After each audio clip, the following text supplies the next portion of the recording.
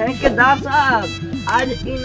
जन्मदिन असा थके तो साको छुट्टी दो पे वेदे रहती है कि जन्मदिन मनाने कौन है छुट्टी आज ने को काम पैनल से आप दिलो काम ते लाग दिलो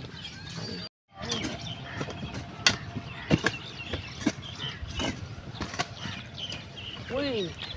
आज मैं को लग तो ठेकेदार को कुछ है अभी आ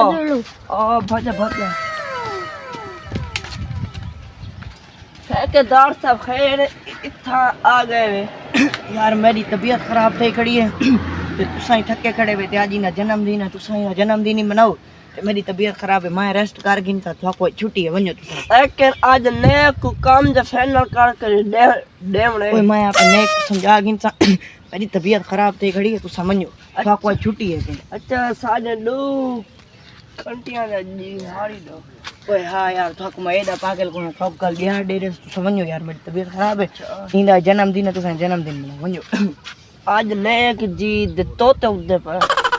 और जो आज तेरा अन्नम दे तो मतलब आज खजाना कीमती मिलाई तो ना बड़े होटल खाना खसाई खोलते दे हां बड़ी मजबूती नाल बंदी पान एक ये तो एक बीच पर्ची है भाई बाकी में जनाब ठेकेदार साहब वो आधे नहीं भाई जरण घ्यू टेड़ी उंगली नाल निकल सीधी उंगली नाल निकल तो उंगली को टेड़ी करनी पौंदी है जरण तुसा खाद पड़ दे बैठे तो उतना साल गिरा केक एंजॉय करने बैठे